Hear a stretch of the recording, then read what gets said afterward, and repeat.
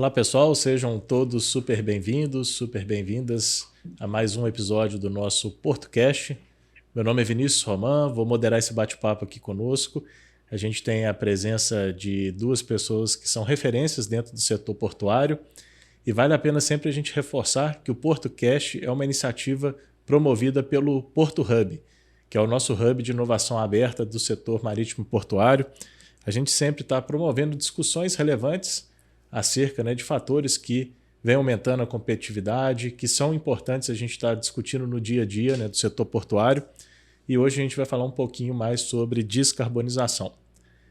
Junto conosco aqui hoje a gente tem a presença da Luane Lemos. A Luane é advogada, professora, gerente de meio ambiente no Porto de Itaqui. Muito obrigado pela participação, Luane. E a gente também tem aqui um convidado super especial, que é o Maurício Araquan.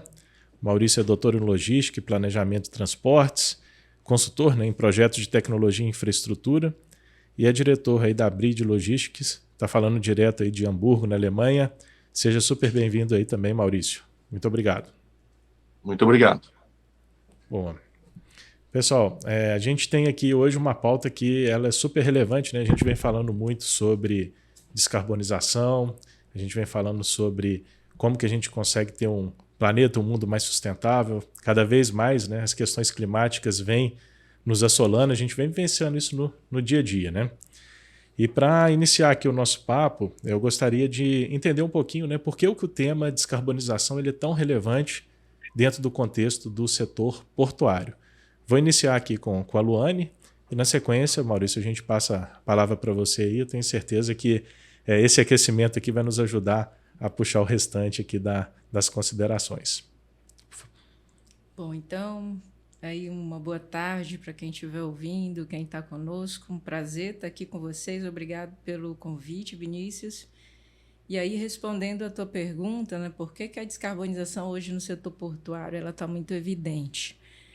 Bom, a gente tem a nível global algumas regras, algumas metas que estão empurrando o comércio internacional para se adequar a uma economia de baixo carbono. Então, o setor portuário hoje, ele, ali segundo a IMO, equivale a 3% das emissões de carbono do mundo. E a IMO tem estabelecido metas muito agressivas para que o setor naval, as embarcações, elas acabem se adaptando, seja com um sistema de combustão, substituindo o sistema de combustão ou substituindo o próprio combustível por outros que tenham uma concentração menor de carbono.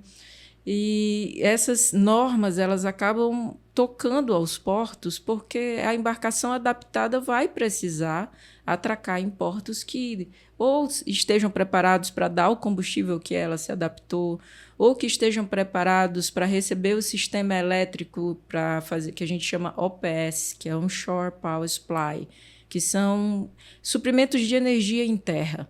Então, os portos eles precisam acompanhar todas essas mudanças que estão acontecendo a nível global.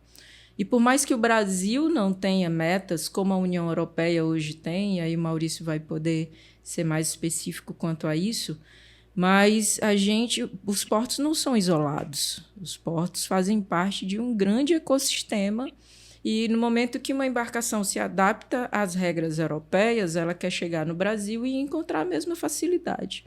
Então, hoje existe uma regra maior do que a regra da norma, que é a regra de mercado. E essa é a regra que impulsiona tudo. Então, os portos hoje estão muito voltados, muito cientes, muito sabedores de que a cadeia logística de um modo geral precisa estar adaptada às metas de descarbonização que estão sendo lançadas pela ONU. Muito bom. Maurício, você gostaria de trazer para a gente um pouquinho desse cenário internacional e como que esse tema tem sido explorado por aí, cara? Perfeito. Eu agradeço você, o Matheus, a oportunidade e a Luane por ter introduzido tão bem o assunto. Só complementar, a Luane, acho que foi perfeito o que ela falou. Só lembrando o seguinte, o aquecimento já é quase um consenso, o aquecimento global. Agora, as causas não é tão consenso. Só que tem os princípios da precaução e prevenção lá do direito ambiental. Você pode aguardar de braços cruzados ou tentar fazer alguma coisa. O mundo, aí, as agendas globais aí, optaram por fazer algo. Realmente a Europa, que é mais... a matriz energética é mais poluente, como a chinesa, como a japonesa, como a americana, são mais poluentes que a matriz energética brasileira. Esses países estão testando várias tecnologias, mas aqui em especial a Europa optou pelo caminho do hidrogênio, só cenário macro. O hidrogênio e derivados, que a Luane também pode falar, e eu posso também complementar na sequência. Acontece o seguinte, a produção desses novos combustíveis precisam de energia limpa, né? Sol, vento, e o Brasil tem um grande potencial. Então, tem várias nações que têm um potencial muito grande para produzir hidrogênio e depois derivados, metanol, SAF, etc. Então, para descarbonizar aqui certas nações, você vai precisar importar de países, muitas vezes em desenvolvimento, importar esses combustíveis em grande parte, ou fazer parcerias estratégicas. Então, é um assunto realmente global. Para descarbonizar a indústria alemã em grande parte, ela vai ter que importar muito hidrogênio e derivados. E aí é uma oportunidade para o Brasil, que tem esse potencial, de sol, de vento, etc. E falando do porto especificamente, que a Luane falou, além do combustível da própria embarcação, né, o sistema logístico, o porto é um nó da rede. Então, esse nó, se você descarboniza, você tem condição de levar esse combustível para os outros nós, para outros portos, né, chamados Hydrogen Port Clusters. Então, o porto você tem duas dimensões, uma para dentro, essas tecnologias de baterias, etc., e a outra de combustíveis sintéticos, etc., derivados de hidrogênio, para o porto. E você tem uma outra derivação, que é a cadeia de suprimentos, montar os clusters de hidrogênio, e aí você já olha a economia como um todo, ou seja, Brasil, o supply chain brasileiro, a indústria brasileira, do aço, da metalurgia, vidros, cerâmica. Então, esses hydrogen clusters, também nos portos, hydrogen port clusters, que é o tema do meu último livro, ele também vai ser a conexão dos países via porto, para o próprio país entrar nessas supply chains para descarbonizar. No caso aí do porto aí de São Luís, seria a Vale do Rio Doce, por exemplo. Então, esse assunto a gente vai descendo em camadas mais profundas aí, complementando a visão da professora. Obrigado. Obrigado, Maurício. Quando a gente pensa, né, nesse processo de transição, né, para uma economia mais verde, né, uma industrialização mais verde, a gente sempre fala de desafios, né? E olhando para o nosso setor portuário, quais são os principais desafios que vocês enxergam para que esse processo de descarbonização seja cada vez mais eficiente? A gente pode começar com a Luane aqui, por favor. Falando em termos de Brasil? Em termos de Brasil, por enquanto. Em termos de Brasil, o grande desafio é financiamento. A gente não tem, como, por exemplo, a União Europeia, os grandes fundos que estão movimentando a mola da descarbonização nos países europeus. Aqui ainda é muito raro você ter acesso a esses financiamentos e, sendo bem claro, a descarbonização é muito cara. Tudo que você pensa em atualizar, em modernizar, em substituir, é só ver pelos veículos leves, né, que a gente usa, os veículos elétricos são caros. E conversando a semana passada com um diretor do Porto do Itaqui, e aí a gente conversava e ele dizia, pô, mas quanto isso custa? E eu falava para ele, olha, se a gente for pelo viés econômico, nunca vai ser mais viável descarbonizar, porque é um investimento que ele vai além da questão de retorno financeiro. Ele é um investimento de marketing, de imagem, de responsabilidade social, de uma série de outras vertentes, não só incalculáveis, né, mas não remuneratórias. E hoje a gente tem essa barreira no Brasil. Eu sou coordenadora geral da Aliança Brasileira para a Descarbonização de Portos. Então, hoje nós temos 53 membros na aliança. Desses 53, 30 portos. Entre Santos, portos do Paraná, do Rio Grande do Sul, Suape, Pecém, Itaqui, todos os portos de todas as regiões, né, portos públicos, estão na aliança. E todos desejosos de descarbonizar. mas ainda com uma barreira muito grande de políticas públicas que sejam adequadas. Então, políticas públicas no sentido, você tem um RenovaBio, que é um grande programa de biocombustível, mas você não enxerga o combustível de navegação. Você vai enxergar o combustível rodoviário, ou o SAF de aviação. Mas ainda não chegou essa política para navios.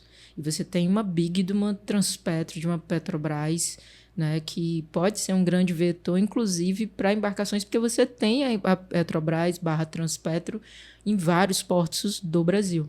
E pode fornecer bunker verde, por exemplo. Mas isso ainda não é uma realidade no Brasil.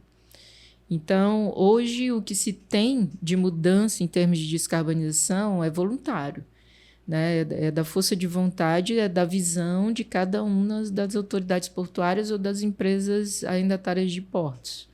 Mas, em termos de política, a gente ainda precisa avançar um pouco. Obrigado, Luane. Maurício, você consegue complementar com uma visão externa, para além do Brasil? Sim. A visão da Luane também muito boa. Eu vou, então, focar no que ela disse, focar na parte financeira. Tem um livro, mais ou menos de um ano atrás, chamado Economia do Hidrogênio. Não, tem um outro melhor ainda, Geopolítica do Hidrogênio.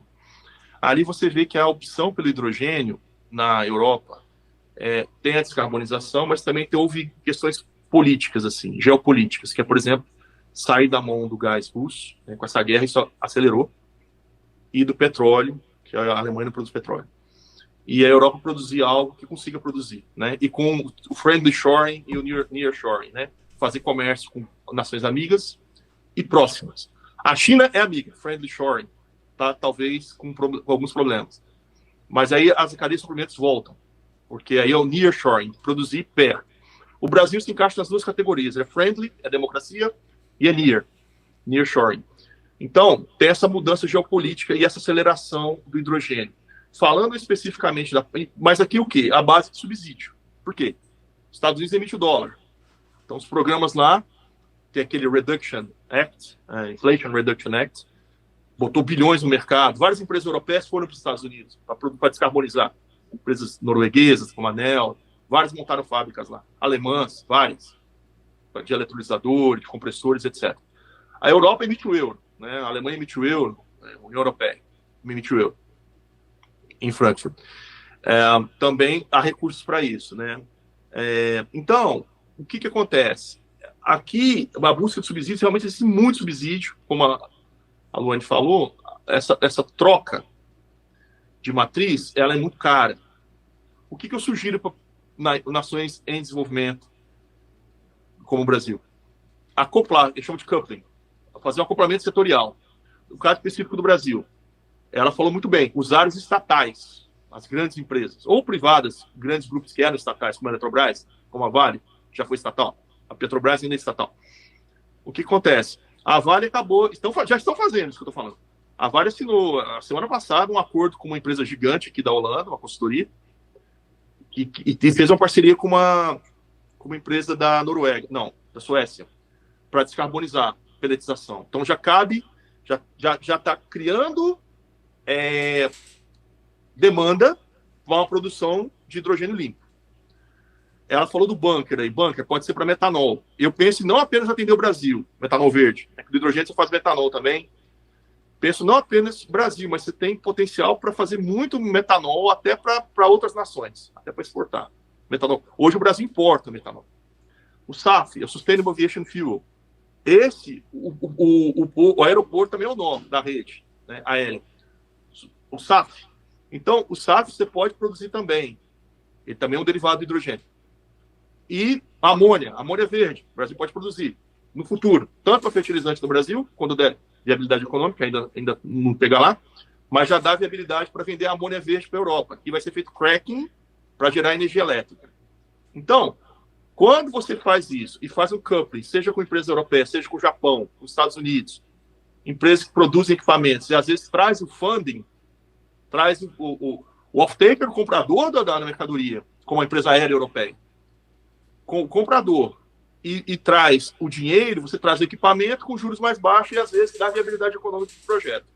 O setor portuário se encaixa nesse contexto, para dar viabilidade aos projetos O Brasil pode entrar em alguns setores, como a Vale, por exemplo, na peletização, os bunkers do metanol, mas, de um modo geral, acho que a gente tem que fazer esse coupling aí com empresas internacionais para conseguir um dinheiro mais barato e, às vezes, atender demanda hoje, existente fora do Brasil.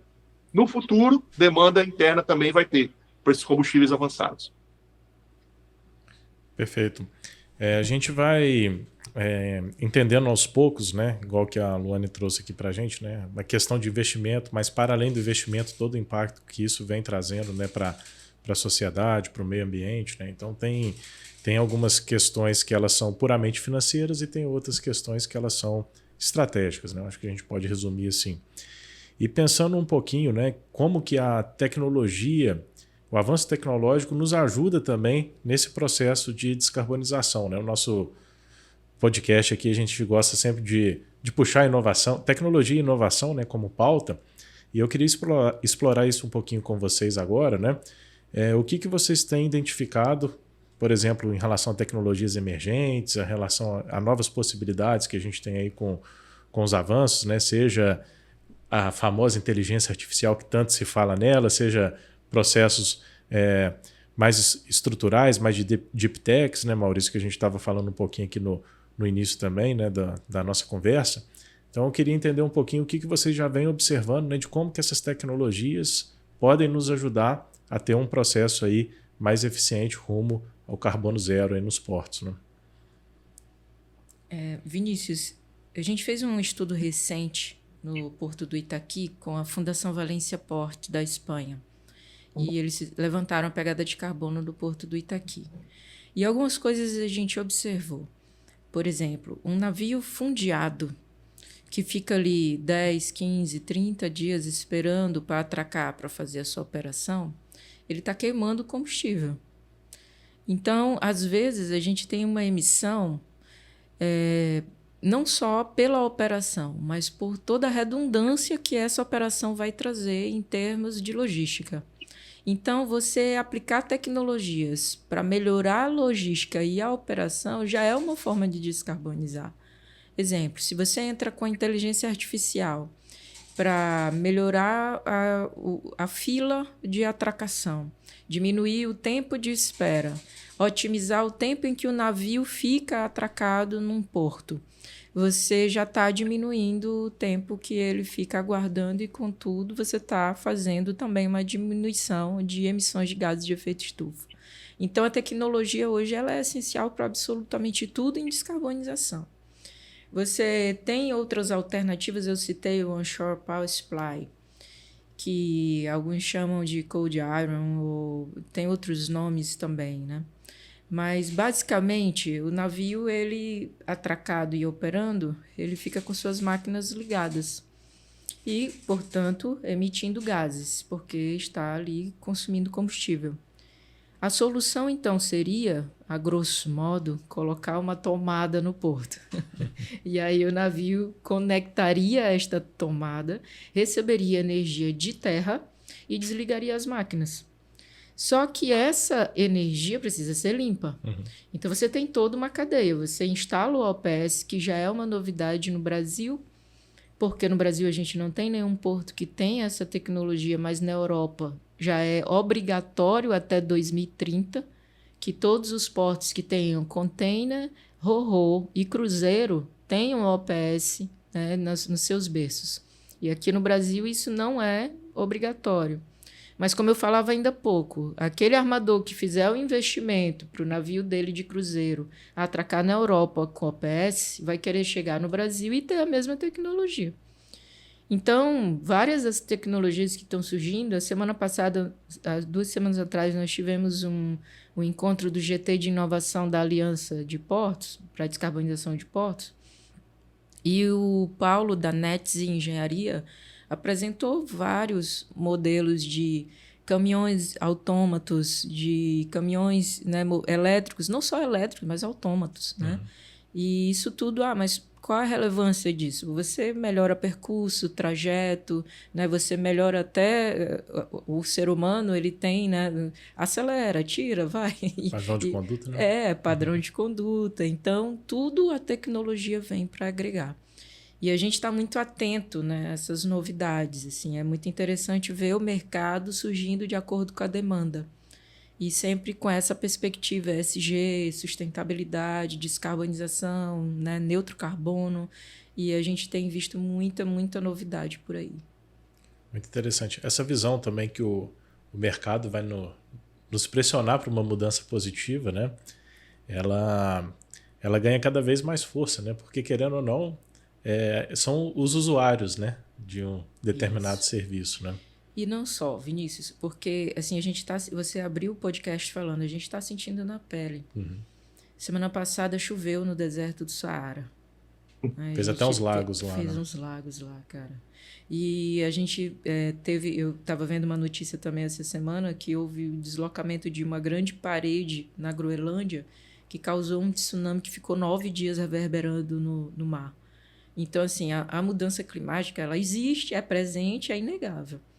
E vai chegar uma hora que não é voluntário fazer isso, não é legal, não é green, não é cool, não é nada do tipo, é obrigação. É o único caminho, né? É o único caminho, senão a gente não vai viver, nossos filhos não vão. Então, assim, a gente caminha para o obrigatório, sabe? Perfeito. Maurício, trazendo um pouquinho da visão externa, né? Como que você tem observado o avanço tecnológico e o impacto aí no setor portuário? Perfeito. Só complementando, Luane, o furacão lá, que foi do século também, em Miami, e no Brasil as ondas de calor, né? E o Rio Grande do Sul, que choveu esse ano, Maurício, e o Rio Solimões, que simplesmente secou, né? O Amazonas e o Solimões, a maior seca da história. Então, assim, ó, o que acontece é o seguinte, a Europa, ela tem incentivo, Europa, Japão, os produtores de tecnologia e que não tem petróleo, Europa e Japão. Daí vem quem também tem petróleo, Estados Unidos, que está entrando em hidrogênio um pouquinho mais atrasado. Mas é a economia americana, é a maior do mundo. Então, e tem dólar. Então, eles vão rapidamente se diferenciar aí. O que acontece é que eles têm muito incentivo. Então, as empresas, para esse ESG, elas têm incentivo de ter regulação pesada, regulação mais forte, regulação descarbonizante para todo tipo de transporte. Tá? Por exemplo, SAF, tem que entrar na matriz, drop-in, né, que você vai colocar o combustível lá no avião, misturado, e vários outros combustíveis. Eu vou voltar nesse ponto. Então, mas a empresa, como ela falou, a Aliança faz parte do grupo europeu. Estou dando um exemplo. Então, você pega a Maersk, que comprou a Hamburg Süd, aqui de Hamburgo, a Hapag-Lloyd, daqui a CMA-CGM, da França, etc. Esses grupos, MSC, da Suíça, esses grupos são globais, esses armadores. Então, as regras de governança que eles obedecem dentro da Europa, eles acabam tendo que seguir fora da Europa. O cara está falando do porto. Essa tecnologia que ela falou também funciona à base de fuel cell, que pode ser fuel cell a hidrogênio e fuel cell a metanol, por exemplo. Metanol verde, que é o melhor. E você descarboniza a atividade portuária, entra a porto, das operações do porto.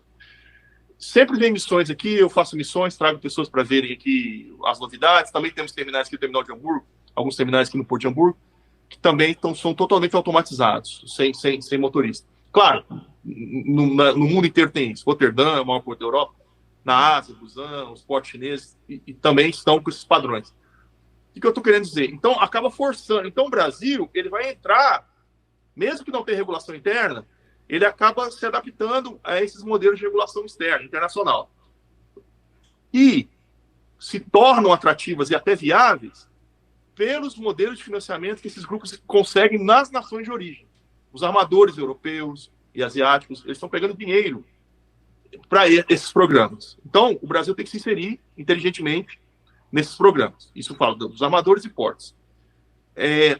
A consultoria Gartner, que é uma das maiores do mundo em logística e IT, você deve conhecer, Gartner, ela tem de Hype Cycle, que é uma onda, uma senoidal, onde no início estão todas as tecnologias, elas sobem um vale ao longo do tempo, 5, 10 anos, e depois começa um processo de consolidação, né? Que é quando começa a quebradeira das empresas. O hidrogênio está mais ou menos em cima. Então, as tecnologias são novas, desses combustíveis avançados, metanol verde, não metanol já tem faz tempo. O verde é novo, os equipamentos para fazer isso aí, os eletrolisadores, por exemplo, e os outros combustíveis, SAF, metanol, amônia, por aí vai. Mas os equipamentos, eletrolisador, por exemplo, você tem 4 tipos básicos, né? O alta temperatura, o PEM, o AEM, né? Proton Exchange Membrane, Anion Exchange Membrane, AEM, High Temperature e Alkaline. E pode ser pressurizados também. Qual desses modelos vão ficar no mercado? Estão todos em competição. Estão todas as empresas vendendo esses equipamentos. Hoje já tem consenso. O PEM é para até 15 megawatts. O Alkaline acima de 100. Então o mercado está se consolidando. Logo, muitas empresas começam a quebrar. No mercado de combustíveis, percebendo que essa onda, lá na frente, já está consolidado tudo o que é fossil fuels, né? O querosene, o nafta, o diesel, a gasolina, já está lá na frente. Então, ao invés da visão que eu vi aqui na Europa 4 anos atrás, que eu achava muito simplista, substituir os fósseis, e que se vê que não é tão simples, hoje eles estão falando em coupling também. O que eles estão fazendo? Não, drop-in. Pega lá o SAF e vai produzindo cada vez mais e coloca e vai aplicando no combustível, no jet fuel. Como o Brasil fez no pró-álcool. Vai produzindo um álcool e vai misturando na gasolina. Então você está aumentando, você está criando mercado. Então talvez não é eliminar o fóssil, mas é ir substituindo. E o HVO, faz o biodiesel. Injeta hidrogênio. Você vai ter o HVO, que você aplica no diesel.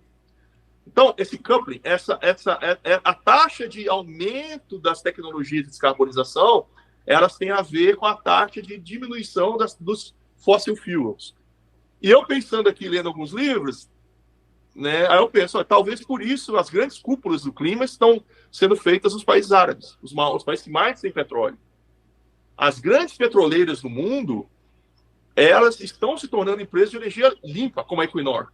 Os maiores parques eólicos do mundo hoje estão com essas empresas, esses grandes grupos, que estão fazendo parques eólicos, parques solares grandes, Iberdrola, etc. Então, e a Eletrobras deve entrar nessa onda.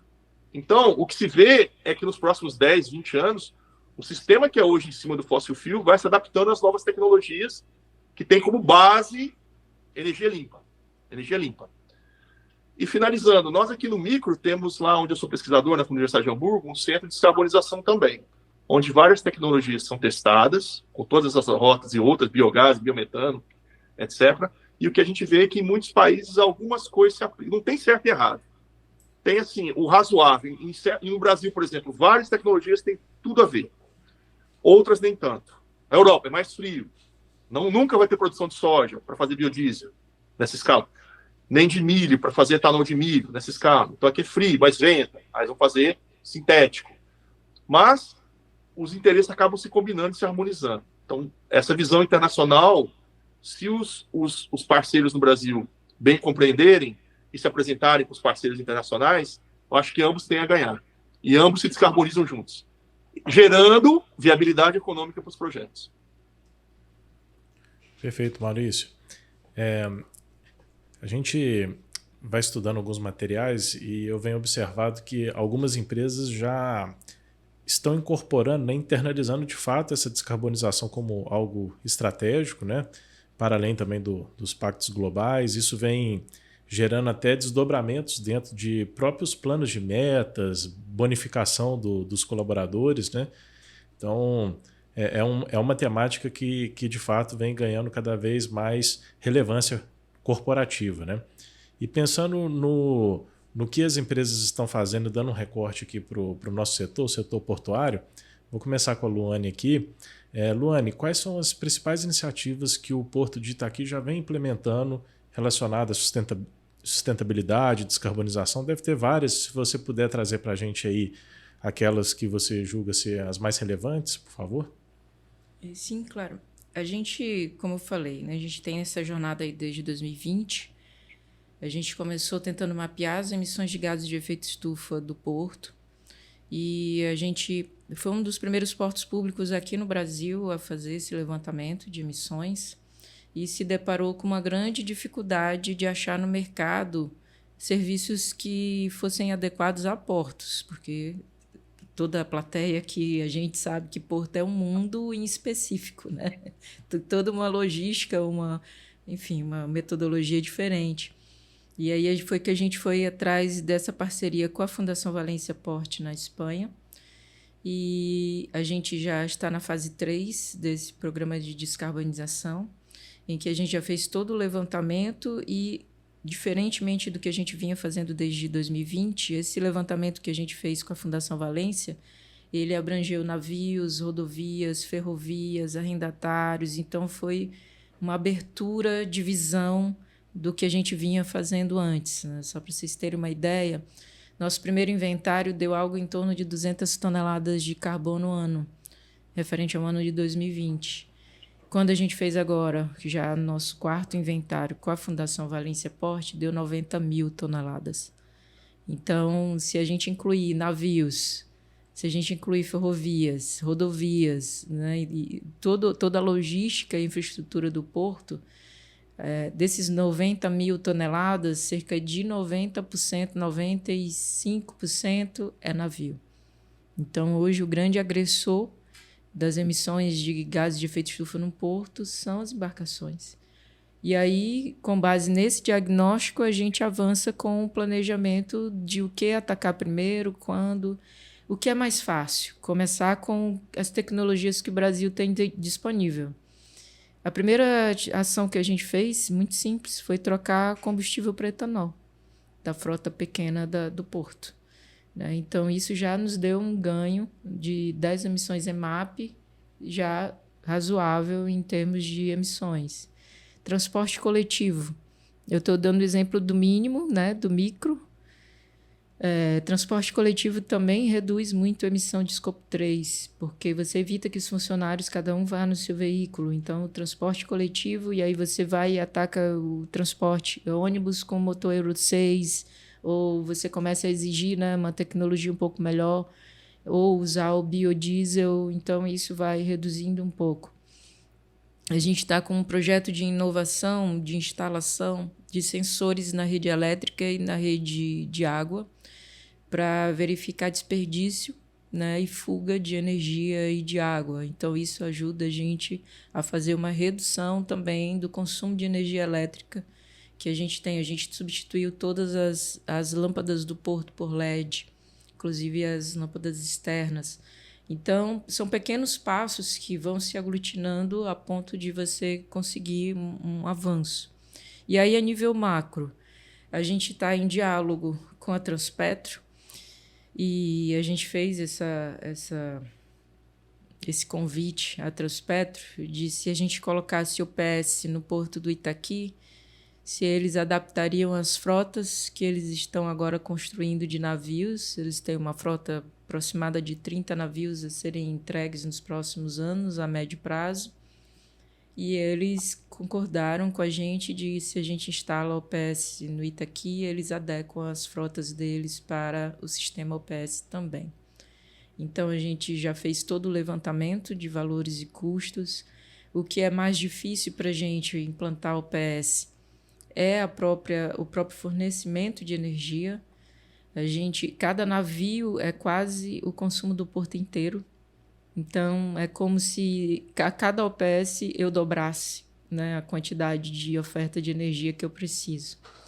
E isso, então, a gente teve que trazer para dentro do diálogo a Equatorial, que é a nossa distribuidora local, e eles se interessaram muito, obviamente, né?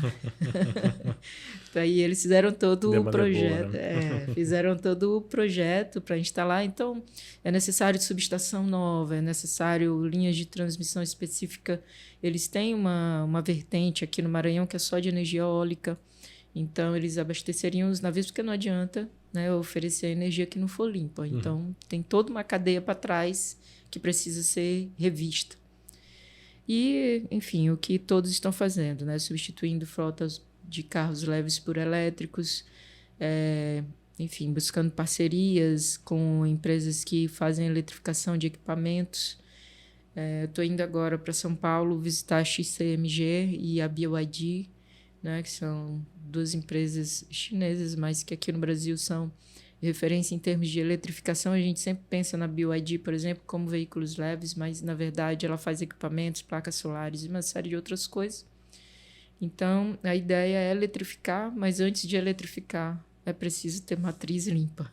Então, é um passo a passo. E aí, em termos de adaptação, a gente tem estudos para saber... O Porto do Itaqui é privilegiado em muitas vertentes. Assim, a gente está numa baía, a gente é extremamente seguro em relação a vendavais, a ciclones, essas coisas. A gente não tem, né, nenhum histórico de grandes tempestades. O que a gente tem aqui de risco, né, no nosso diagnóstico apareceu, são ondas de calor. Obviamente. Tu és daqui, Vinícius? Não, Belo Horizonte. Tá aqui quantos dias? já deu para perceber já a mudança. Deu para perceber, não já? A gente tem 3 sóis aqui no Maranhão, né? Só pra gente. E então a gente está desenvolvendo um protocolo de calor para o Porto do Itaqui, que semelhante ao que Paris fez para as Olimpíadas, por exemplo, ao que o Rio de Janeiro fez, né? Há um tempo atrás, depois que teve toda aquela questão do show, acho que foi da Taylor Swift, que o pessoal passou mal. Sim. E tudo. Eles fizeram um protocolo de calor para o Rio. E a gente está fazendo um protocolo de calor para o Itaqui, que acima de uma sensação térmica de X, a gente vai paralisar as operações, a gente vai distribuir ilhas de hidratação e de refrigeração para trabalhadores. E então, preparar o porto para o nosso maior risco, que é nessa questão, né, do aquecimento. Perfeito, Luane. Até aproveitando aqui, durante sua explanação você falou um pouquinho de escopo 3, né, relacionado ao transporte coletivo, né? Até para os nossos ouvintes entenderem um pouquinho melhor, né, o que é o escopo 1, 2 e 3, né? Acho que é legal. Tá joia. Quando a gente inventaria, ou seja, quando a gente faz um diagnóstico das nossas fontes de emissão de gases de efeito estufa, a gente tem uma metodologia que divide essas fontes em 3 escopos. O escopo 1, ele é de geração da empresa que está inventariando. Então, no caso de uma autoridade portuária, a emissão da autoridade portuária ela é basicamente administrativa. São os veículos que a gente usa para fazer fiscalização, são os prédios administrativos que a gente tem que consomem energia, que tem ar-condicionado e os ar-condicionados extintor, todos têm gases, né? Então, a gente mapeia tudo isso e inclui no escopo 1. O escopo 2 ele é basicamente as fontes de energia, a matriz energética. Então, o escopo 2 hoje do Itaqui, por exemplo, é de hidrelétrica, né? Nós recebemos a energia que vem da rede pública, que é uma energia limpa, mas que tem seu percentual de emissão de acordo com o cálculo do GHG Protocol. Se fosse eólica ou solar, teria menos emissão ainda, né? E o escopo 3 é tudo aquilo que existe de emissão porque a sua atividade existe, mas não foi você que emitiu. Mas ele vai existir porque a tua atividade está ali funcionando. Então, é o transportador, né? No caso mais específico portuário, é o navio. O navio ele não é propriamente do porto, mas sem o porto não haveria o navio ali operando, né? A ferrovia que traz a carga não é da autoridade portuária, mas sem a atividade da autoridade portuária não haveria necessidade daquela ferrovia ali. Então, o escopo 3 ele tende a ser o mais difícil a descarbonizar, né, para todas as empresas de qualquer segmento, porque ela não é a sua responsabilidade. Não depende de você só, né? Ela é a responsabilidade do seu stakeholder. Perfeito. Então, é você influenciar, é você levar aquele seu stakeholder junto com você, promover a descarbonização. Esse é o maior desafio da descarbonização, é o escopo 3. Né? Porque a lição de casa muita gente já está fazendo. Agora, sair dos muros é talvez o maior desafio. Com certeza, né? A gente ter a visão integrada, né? Desde da base até o que vai acontecer depois com o meu produto, com o meu serviço, com a minha solução, né? Isso. Tem empresa... Aí você define a área do seu escopo 3. Tem empresa que faz do berço ao túmulo. Então, se eu fosse fazer do berço ao túmulo, vou dar um exemplo. Soja. Eu teria que calcular a emissão desde quando a soja saiu, e alguns fazem até mais, desde a produção da soja, mas todo o transporte da soja até o porto e depois o carregamento dela no navio. Não é esse o cálculo que o Itaqui faz hoje. A gente faz gate to gate, que é de portão a portão. Então, entrou na poligonal do porto, a gente começa a calcular. O navio faz o carrossel, ou o caminhão faz o carrossel. Ele entra, deixa a mercadoria, volta para o galpão, pega mais e fica fazendo esse carrossel. A gente calcula o quanto ele emite enquanto ele está fazendo esse carrossel. Perfeito. Então, você escolhe qual é a dimensão do seu escopo 3, mas qualquer uma delas é desafiadora. Perfeito. Maurício, quando a gente faz essa análise aí olhando para outros países, né, o que você tem observado assim, em termos de aplicação, né, de soluções mais sustentáveis, questão do próprio hidrogênio verde, né? Isso é uma tendência que você acredita assim, que ainda tem um longo tempo de maturação? É algo que a gente já vem vivenciando? Como que está a sua perspectiva sobre essa temática, né, em âmbito internacional? Certo.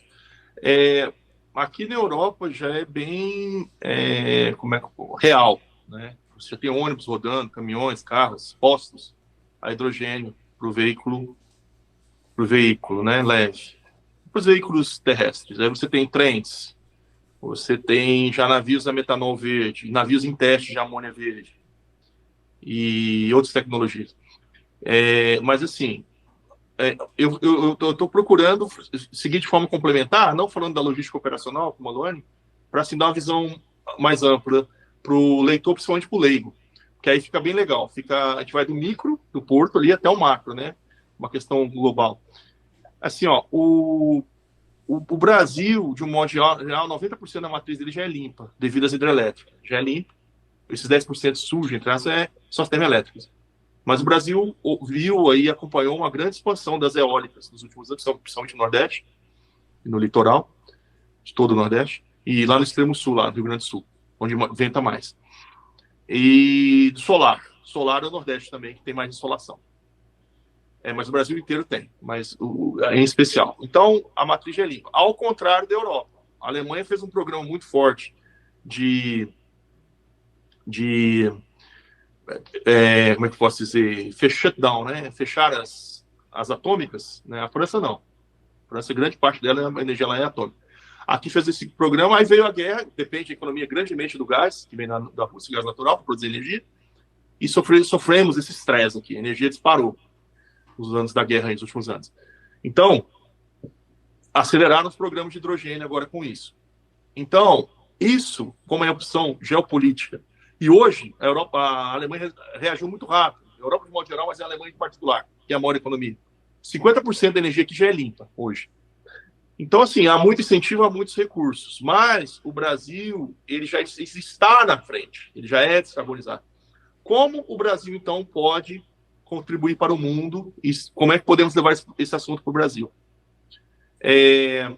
Isso passa pela logística do porto, sempre. Combustível é sempre pelo porto. Né? Então, estamos falando de porto aqui. Primeiro, o etanol. O etanol, os países que mais produzem são Estados Unidos, Brasil e Índia.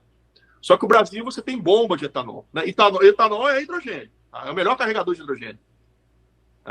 C6, se não me engano, C6H5OH. Então, C5H6OH. Eu sei que são 6 moléculas, são 6 átomos de hidrogênio por molécula de etanol. É estável, muito mais do que o metanol. O poder calorífico é maior do metanol, mas o etanol ele é estável e ele não é comburente a 60 graus e nem é tóxico. Então, o que o Brasil tem de postos de etanol pode ser copiado pela Índia, por exemplo, uma população do mundo hoje. Passou a China. A Índia é um grande produtor de etanol, mas importa também, vai importar cada vez mais. O que acontece? O etanol na Índia, eu digo importa aí não só etanol, mas tecnologia, tá? Principalmente. A Ryzen está olhando isso lá e tudo. E a África toda, subsaariana, pode caber esses programas. Você produz, por exemplo, milho, você tem etanol de milho, como nos Estados Unidos. Cana, você tem açúcar e álcool. Ou você pode fazer usina flex, etanol de milho e cana. E aí, na ponta, o que você vai ter? Você vai ter bombas. Você pode fazer bombas, como é o Brasil. Bombas espalhadas em cada posto tem bomba de etanol. Ou fazer o blend e misturar o etanol na gasolina, por exemplo. É uma rota.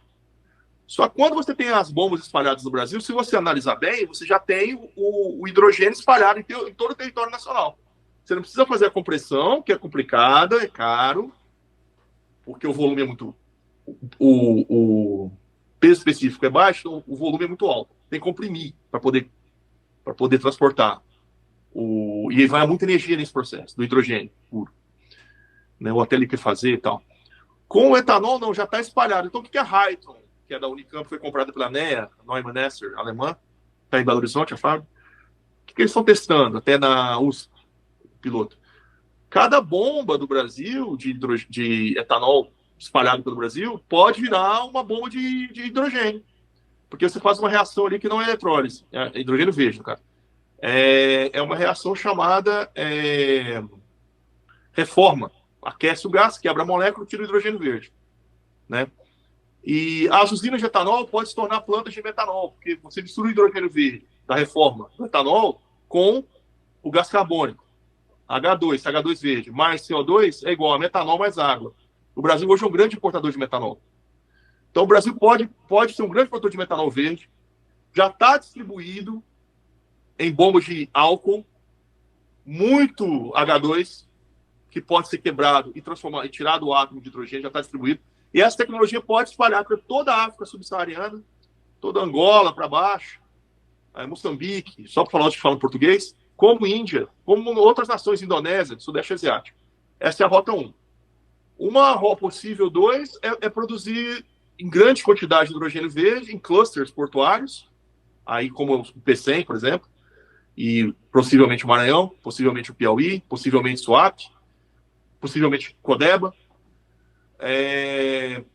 O Santos está falando nisso, o Rio Grande está falando nisso, que é o Porto do Açu, no Rio, que você produz e faz a eletrólise, quebra a molécula de água, gera o hidrogênio, faz a compressão do NH3, você tem amônia, exporta a amônia.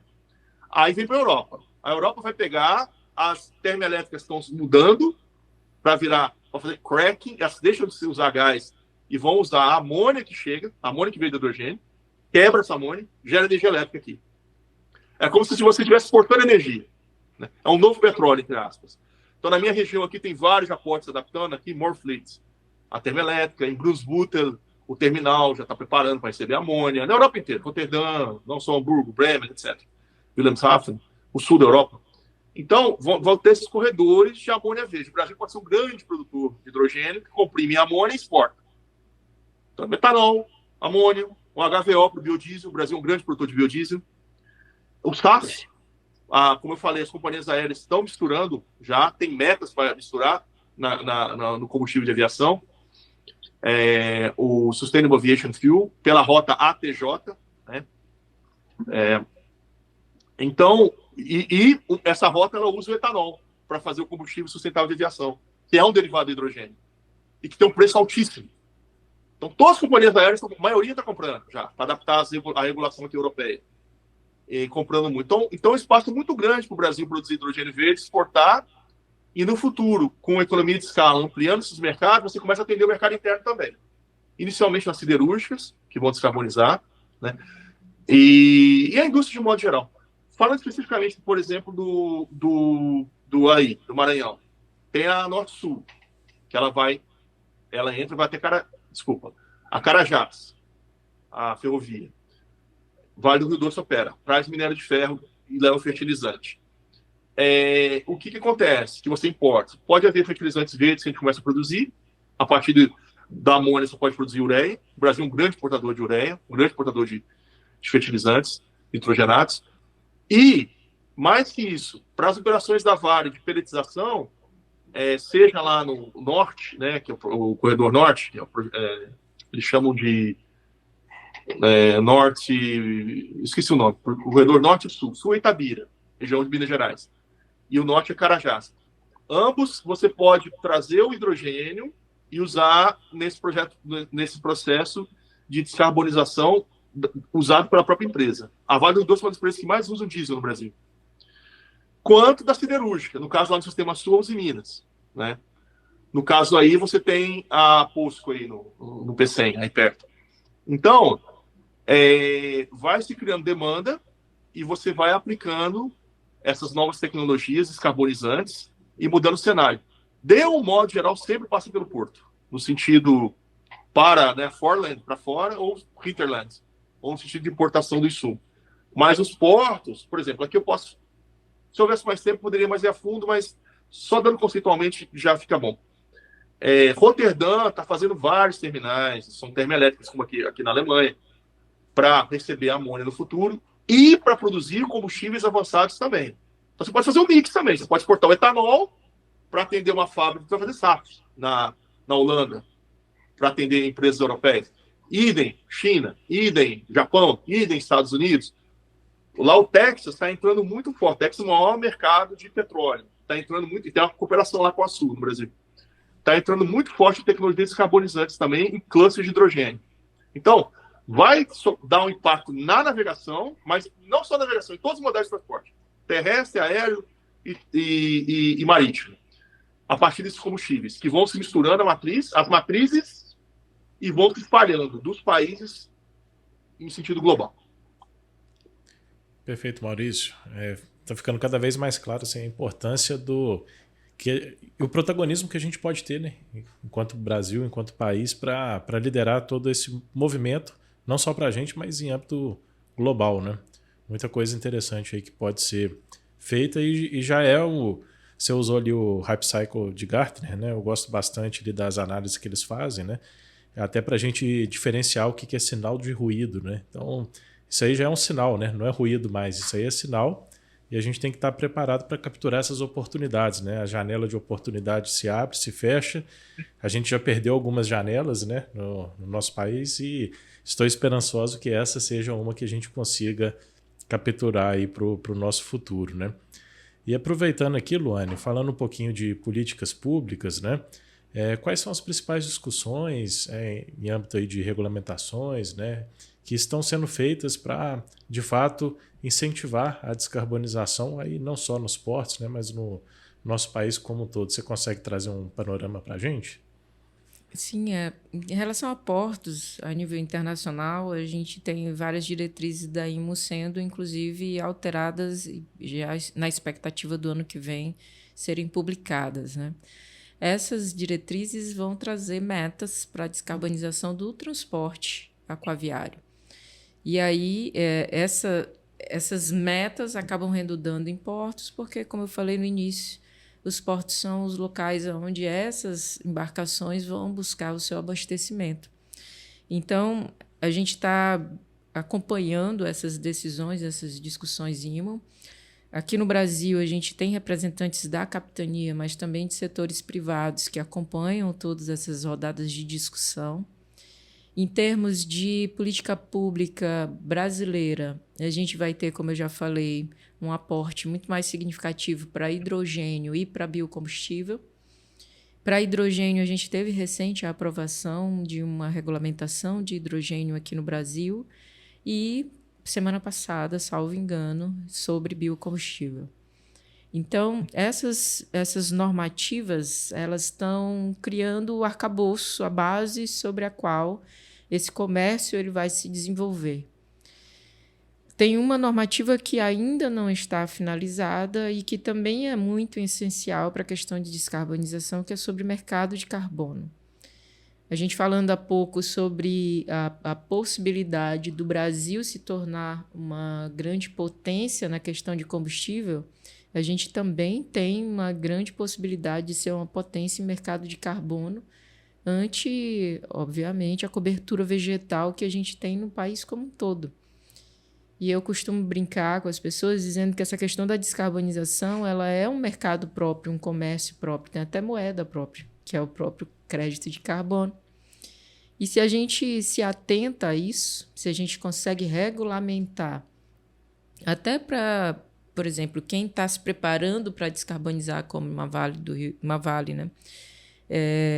Quando você diminui as suas emissões, você gera crédito de carbono.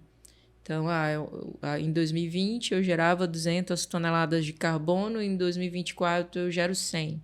Então, se você consegue regulamentar e comprovar dentro da metodologia de mercado... Hoje a gente só tem mercado voluntário no Brasil. Eu vou tentar explicar um pouquinho o que é isso. O mercado regulado, ele é um mercado que ele é determinado pelos governos e que você consegue fazer essa troca, esse câmbio dessas moedas chamadas de créditos de carbono, inclusive para fora do Brasil. Então, esse é o mercado regulado. E ele se chama regulado porque ele precisa ser muito bem especificado, para que a gente não tenha problemas, como a gente já viu aqui no Brasil, de pessoas querendo gerar créditos de florestas públicas, né? Então, isso precisa ser muito bem regulamentado. É como uma moeda. Você não pode gerar uma moeda sem ter tem que toda... a casa da moeda, né? Você tem que ter a casa da moeda, saber quem emite, quem deixa de emitir, qual é o selo, a cara, o valor, você tem que saber tudo. E o mercado regulado no Brasil hoje não tem essa especificidade. Então, a gente está dormindo um pouco nesse ponto. Mas o mercado voluntário já é muito movimentado. E aí o mercado voluntário, ele não é como o regulado, ele não são títulos oficiais. Mas uma empresa que quer e que deseja, ela reduz o máximo que ela pode, né? O Porto retirou todos os equipamentos, eletrificou, mas eu não tenho como mandar os navios embora. Então, aquela minha missão vai continuar. Como que eu faço? Eu compenso. E como que eu compenso? Eu compro créditos de carbono no mercado voluntário. E isso serve para colocar no meu relatório de sustentabilidade, serve para eu dar um feedback de responsabilidade social para o meu público, mas não é um mercado regulado, não é um título oficial, mas é uma compensação. Então, essa regulamentação ainda está presa, porque são muitos interesses e muitas disputas políticas, né? E aí, toda vez que o projeto de lei passa em alguma das comissões, ele é movido, aí entram os dois jabutis, né, Maurício? Aí volta. Aí, Só dois? Só dois. Aí vai e volta. Então, isso é uma questão que está meio parada. A gente tem toda uma discussão do agro. O agro tem a possibilidade de ser um grande gerador de crédito de carbono. Eu não sei até onde o agro tem essa visão, mas eles, com a própria cobertura vegetal, é como, por exemplo, a Suzano. A Suzano, ela planta árvores porque é o business dela, mas ela usa o plantio e a recuperação das áreas degradadas como créditos de carbono, e está perfeito esse raciocínio, né? Então, é um plus no que você está fazendo, é uma oportunidade de você agregar valor à discussão de descarbonização, e é muito necessário que a gente tenha regulamentação nesse sentido. E só para terminar, em relação a portos, né, como eu falei no início, essa Aliança Brasileira para a Descarbonização de Portos, ela surge inclusive para discutir regulamentação, porque a gente vê muita política pública voltada para outros setores, a aviação está bem à frente do setor portuário, e a gente criou essa aliança para que a gente também tivesse voz e pudesse, né, ter essa interlocução com os órgãos de governo para tentar puxar um pouco essas políticas públicas para a realidade portuária. E está vindo muita coisa interessante aí. A Infra-SA, por exemplo, agora nesse encontro da aliança que eu mencionava, que o Maurício foi convidado para estar lá com a gente num painel, muito nos honra. O painel principal vai ser a Infra-SA, o Ministério de Portos e a Capitania dos Portos. E a gente vai discutir justamente políticas públicas para a descarbonização. E a Infra tem um plano integrado de transporte em que ela trata todos os modais e que há um capítulo específico para a descarbonização de todos os modais. Então, tem coisa boa vindo por aí, a turma está discutindo e a gente tem uma expectativa que dentro dos próximos 5 anos a gente já tenha políticas públicas adequadas e razoáveis para a gente conseguir fazer realidade essa questão da descarbonização. Perfeito. É consolidar essas discussões, né? Sim. Isso é muito importante. Pessoal, o nosso papo está caminhando muito bem, né? Eu costumo falar que conversa boa passa rápido, né? É igual quando a gente está vendo partida de futebol, o jogo tá bom, né? Quando a gente para olhar, já está nos 45 do segundo tempo, né? E aqui não está muito diferente não, né? A gente já está chegando ao final aqui do nosso podcast. E aí eu gostaria, Maurício, né, vamos conversar contigo, né, de uma palavrinha final aí para quem está nos assistindo, né? Se você puder fazer um resuminho aí do nosso bate-papo, né, e deixar algumas recomendações para quem tem interesse no tema, né, quem que está estudando, quem está praticando, quem está interessado, né, em entrar nesse universo aí de descarbonização, com foco especialmente aqui no setor portuário. Fique à vontade aí, meu caro. Perfeito. Eu queria agradecer em primeiro lugar e se você puder colocar ao final o meu e-mail aqui da universidade, a gente está sempre procurando promover debates e missões, etc. Eu trabalhei ano passado com a Rede Brasileira de Certificação lá de Brasília, fizemos 6 missões empresariais, trouxemos muitos empresários aqui, e eu finalizo bem rapidamente com a visão da Luane mais uma vez, o seguinte, regulação. Esse tema, eu finalizo com regulação porque é o que ela tocou no assunto. É o seguinte, regulação é muito importante, regulação de mercados. É o que ela está dizendo, nós estamos regulando o mercado nacional. Agora, vamos pensar um pouco mais amplo aqui na realidade que eu vivo aqui. Um mercado que já é regulado e altamente regulado, que é a Europa. E assim também os Estados Unidos estão cada vez mais se regulando, Japão também, Coreia. Você tem uma faixa sul, Austrália, países árabes, Brasil, que vão ser produtores, Marrocos, produtores de hidrogênio, que vão virar todos os combustíveis avançados. E vão, quando vira amônia, faz o cracking quebra e gera energia aqui na Europa. Pronto. Então é um novo petróleo, de uma certa forma. Não estou dizendo que vai substituir. Em 10 anos. Não, mas vai entrando para a matriz. Isso sempre passando pela logística portuária. Só que os países centrais aqui, vamos botar a Europa, que é muito grande, e aqui no centro do sistema, aqui é a Alemanha, um bom país. A regulação ela tem outros papéis. Então você pode ter regulação assimétrica e tal. E você pode ter barreiras técnicas a partir da regulação. Então, o brasileiro, os conselhos de administração das grandes empresas e do agro, tem que começar a se ligar numa coisa, ficar atento. Hoje é opcional. Vou usar amônia normal, que vem da Rússia, da Bielorrússia, na ureia, que está em guerra, que tem restrições, etc. Mas o Brasil é um grande exportador de alimento. Enquanto o grão vai só para a China, uma parte para a China, ok. Mas se você começa a produzir para esmagar soja aqui na Europa, pode vir regulação aí dizendo o seguinte, olha, o fertilizante, falando da cadeia, que ela explicou a cadeia lá do carbono, para descarbonizar. Olha, o seu fertilizante, ele não é carbono neutro. Então, daqui a pouco, o fertilizante que vai usar amônia verde, que vem da cadeia do hidrogênio, é um fertilizante usado para plantar soja, e que daqui a pouco essa soja entra na Europa. A outra, com outro fertilizante, não. Então, o padrão tecnológico vai sendo criado, mas aqui na Europa tem uma discussão que é muito forte, que existe protecionismo, querendo ou não, na França, em vários países.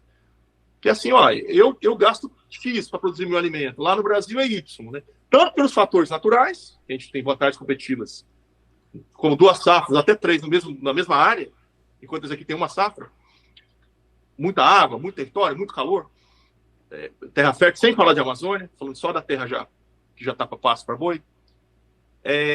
Então, as vantagens competitivas nacionais, usando os mecanismos normais, eventualmente isso vai começar a ter barreira no futuro. Então, isso agora envolve também o transporte, os bunkers, como eu falei. Então, isso são todas oportunidades do Brasil. Bunkers de metanol, que não precisa ser só para atender o Brasil, o porto brasileiro. Nós temos que pensar grande. O etanol para virar energia em outros países, a amônia verde para o Brasil exportar, para virar energia aqui na Europa. E a gente trouxe, ano retrasado, um diretor da Eletrobras, aqui em Heiden. Todo o norte da Alemanha. Foi uma semana de palestras. E três empresas por dia nós visitamos, durante uma semana. E quando a gente foi aqui no Porto de Brunsbüttel, uma empresa aqui, quando produz 1 gigawatt de energia limpa, é muita coisa. Eles comemoram muito. E os gigantes aqui produzem 2, 3 gigawatts de energia limpa. Ele foi se apresentar e falou, eu sou da Eletrobras, nós produzimos 83 gigawatts de energia limpa. Aí o pessoal ficou assim, como? 83 mega, 830 mega? Ele falou, não, é 83 giga mesmo. Ou seja, é uma coisa que tem paralelo no mundo. É a empresa que mais produz energia limpa no mundo. Quando ele falou, eu senti que todo mundo está calado, que ele não ouvia. Aquele grupo de alemães, senador na mesa e tal. Prefeito e tal. E a gente falou, não, a gente veio aqui estudar, né? Ele falou, no caso, estudar, ver como é que tá. Então, assim, o Brasil tem um potencial que ele pode estar puxando. Ele pode ser o maior produtor de hidrogênio do mundo e o maior exportador. E para virar esses outros combustíveis também. Ele pode estar puxando a onda. Então, não é só como a tecnologia vai entrar no Brasil. mas é uma política de Estado de expansão das cadeias de suprimento nacionais. E aí envolve as empresas privadas. E as empresas públicas de grande porte, e a Eletrobras que é privada, a Vale é privada, a Petrobras é a pública. Mas, assim, esses gigantes, eles olhando o mercado internacional, aí puxando o agro, como eu falei, soja esmaga, tem o biodiesel, que vai também drop-in. Do etanol, você tem o SAF. Do hidrogênio verde, você tem a amônia, para exportar também. Essas cadeias de suprimentos estão se tornando globais. E o Brasil pode ser tem que ser um player relevante pelo potencial e pelo que ele já é hoje em energia limpa. Tá? Aí tem que lutar pela regulação de novo. Ah, não, mas você tem 10% de energia suja. Então a energia do grid não é limpa. Eventualmente nós vamos ter uma vantagem competitiva em ter 100% de energia limpa. Que é o quê? A térmica não despachada. Mas com isso você tem que aumentar, deixa a térmica lá, em reserva fria, as térmicas. Mas tem que aumentar, então, os parques eólicos e parque solar. Uma grande vantagem seria se tivesse 95% de energia limpa. Então, se o grid nacional todo seria limpo, ou seja, poderia pôr esse hidrogênio em todo o território nacional e exportar parte desse hidrogênio. Eles estão chamando de neo-industrialização aí, em alguns foros. Então, isso é uma coisa para os conselhos de administração das empresas públicas e privadas levarem para o governo. Eu acho que não tem muito só o governo formular, não. Tem que apresentar propostas. E eu agradeço a vocês mais uma vez e conectando com a demanda internacional. Tá? Propostas conectando com o mercado que já existe. Agradeço mais uma vez, Luane, e vai ser um prazer para mim estar lá no Recife com vocês lá. Obrigado. Obrigado, Maurício. Luane, uma palavrinha final aí para os nossos ouvintes. Bom, agradecer o espaço, o debate, que realmente foi muito proveitoso, gostoso, passou rápido mesmo.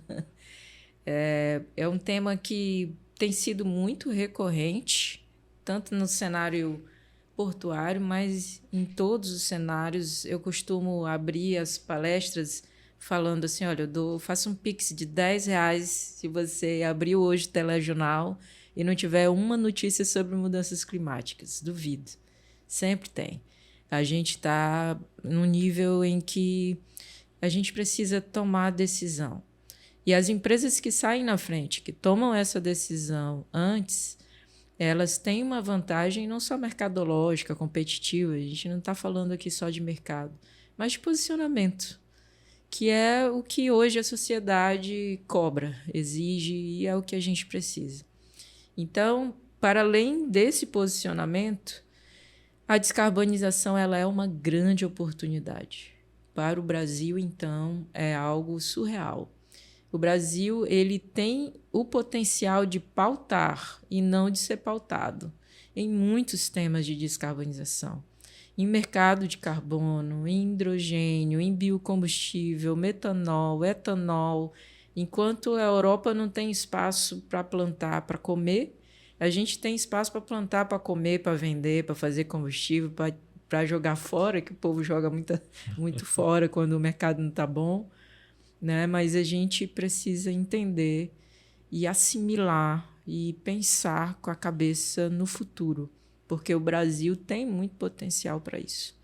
E essa é a nossa tentativa com a aliança, é fazer com que, pelo menos no setor portuário, a gente consiga essa cooperação. E cooperando, a gente consiga acelerar a descarbonização do setor. É muito legal ver que não existe a concorrência, existe uma cooperação saudável, que todo mundo quer, né, cooperar, encontrar os meios, gerar o mercado, gerar a demanda, e é isso que vai fazer com que a gente consiga, em pouco tempo, chegar a esse patamar de estarmos no topo do mundo aí da descarbonização. Né? E agradecer demais o convite, deixar aí também minhas redes sociais, quem quiser, da Aliança também, quem quiser acompanhar. Né? A gente está nas redes sociais como descarbonização.portos. Então, LinkedIn, Instagram, são as redes da Aliança. E as minhas pessoais é Luane Lemos, @Luane Lemos, Instagram, LinkedIn, onde você procurar lá eu tô. Tá bom? Perfeito. Então tá fácil de achar, né? @Luane Lemos. @Luane Lemos. E o outro é descarbonização.portos. Portos. Perfeito. Aproveitando aqui também, né? A gente tem as redes sociais do do próprio Porto Hub. Então, vai ser um prazer, né, encontrá-los em outros momentos, outras oportunidades. Esse está sendo aqui um primeiro bate-papo, né? Agradecendo imensamente Luane, Maurício, pelo tempo, pela disponibilidade de estar aqui conosco, todos os nossos ouvintes também que nos acompanharam ao longo do nosso percurso aqui, né? A gente sabe que o tempo de todo mundo tá bem valioso, mas eu espero que o bate-papo também tenha sido proveitoso aí para todos que estão nos assistindo. Costumo encerrar aqui falando que toda vez que a gente compartilha conhecimento, a gente amplia, né, as possibilidades nossas, das pessoas, né, acerca do nosso debate, né? E aqui a gente falando de descarbonização, eu espero que tenha gerado um impacto bem positivo aí em todos que estão nos escutando, né? A gente sempre sai aqui aprendendo muitas coisas, são muitas novidades, são muitas possibilidades de ampliação do tema, e a gente vai ter próximos capítulos aí, com certeza, aprofundando um pouquinho mais nessa temática que é tão relevante aí para o nosso setor. Maurício, muito obrigado. Luane, muito obrigado.